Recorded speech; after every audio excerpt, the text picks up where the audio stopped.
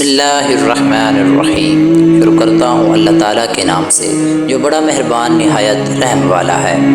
حضرت عبداللہ بن بصر رضی اللہ تعالیٰ عنہ کہتے ہیں کہ ایک مرتبہ نبی کریم صلی اللہ علیہ وآلہ وسلم کی خدمت میں ایک دیہاتی آیا۔ عرض کیا یا رسول اللہ کون سا شخص بہتر ہے؟ آپ صلی اللہ علیہ وآلہ وسلم نے فرمایا خوش بختی ہے اس کے لیے، یعنی وہ شخص بہتر ہے جس کی عمر دراز ہوئی، اس کے اعمال نیک ہوئے۔ اس نے عرض کیا یا رسول اللہ کون سا عمل بہتر ہے؟ آپ صلی اللہ علیہ وسلم نے فرمایا یہ کہ جب تم دنیا سے جدا ہو تمہاری زبان اللہ کے ذکر سے تر ہو۔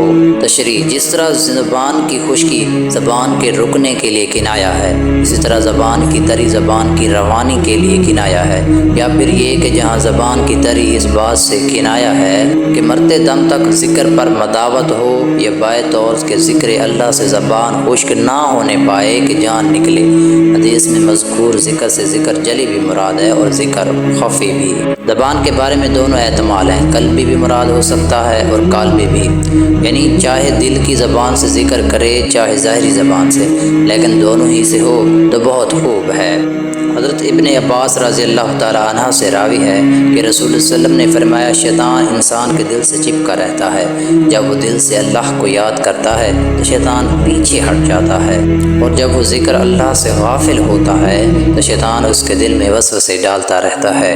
پیارے دوستو، مزید اس طرح کی ویڈیو دیکھنے کے لیے چینل کو سبسکرائب کریں۔ اللہ پاک آپ کو خوش و خرم اور اپنے حفظ و امان میں رکھے۔